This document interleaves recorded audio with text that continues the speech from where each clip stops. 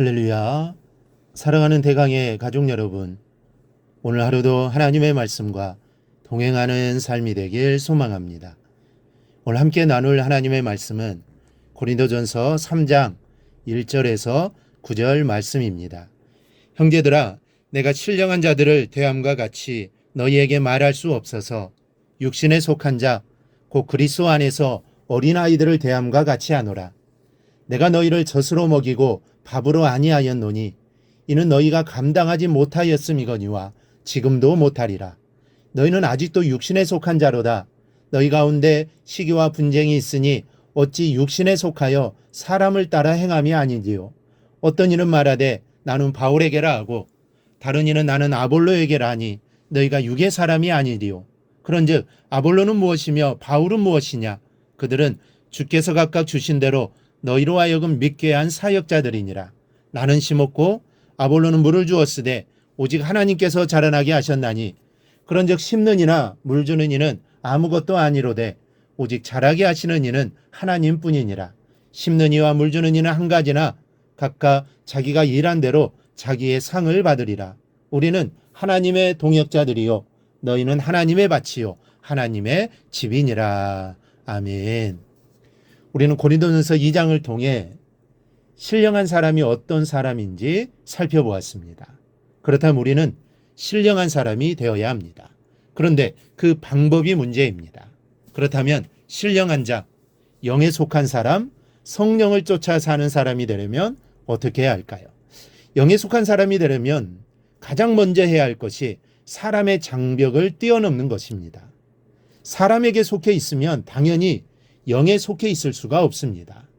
바울은 본문에서 고린도 교회 교인들의 바로 이 점을 지적하고 있습니다. 1절을 보면 형제들아 내가 신령한 자들을 대함과 같이 너희에게 말할 수 없어서 육신에 속한 자 곧 그리스도 안에서 어린아이들을 대함과 같이 하노라. 육신에 속한 그리스도인의 첫 번째 특징은 어린아이와 같다는 점입니다. 이 말씀을 잘 새겨들어야 합니다. 여러분, 어린아이는 새싹이요 희망입니다. 어느 면에서 생각해 보면 어린아이와 같다는 것은 좋은 것입니다. 앞으로 무한하게 성장하고 또 성공할 가능성을 가지고 있는 것이 어린아이들이기 때문입니다. 그리고 주님께서도 어린아이와 같지 아니하면 천국에 들어갈 수 없다라고 하셨고 어린아이가 내게 오는 것을 말리지 말라고 하셨습니다. 그래서 어린아이와 같다라는 말은 좋은 의미로 쓰이는 경우가 많습니다. 그런데 본문에서 어린아이와 같다라는 말씀은 그 의미가 다릅니다. 이제는 어린아이 시절을 벗고 어른이 되어야 할 시기가 되었음에도 불구하고 여전히 어린아이의 상태를 벗어나지 못하는 상태를 말씀하는 겁니다. 성장이 되지 않고 있다는 뜻이죠. 아이를 키우는 부모의 가장 큰 기쁨은 아이들이 자라나는 것입니다. 한 달 한 달 아이가 자랄 때마다 부모의 마음은 흐뭇하고 1년 1년 아이가 성숙해가는 것을 보면서 사는 맛을 느끼는 것이 부모입니다.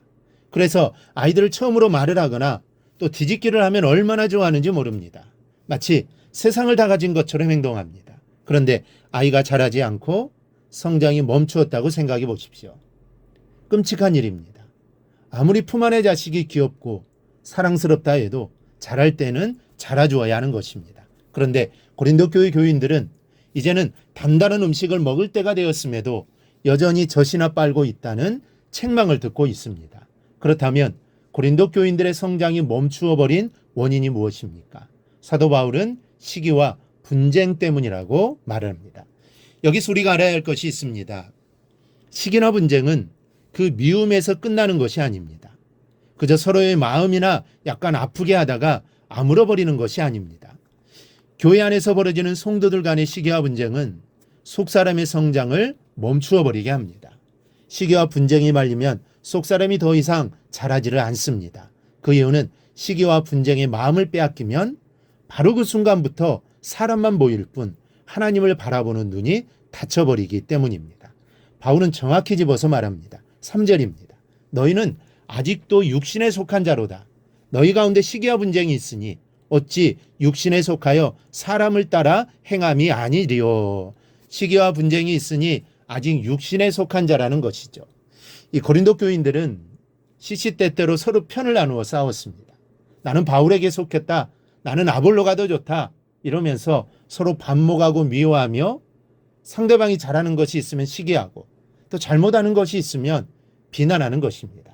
그래서 바울은 이런 모습을 보면서 분명하게 말합니다. 너희가 육의 사람이 아니리오. 이 말은 너희는 육에 속한 사람이 아니리오라는 의미인데 이는 너희가 거듭나지 않는 사람과 무엇이 다르냐는 질책의 말씀입니다.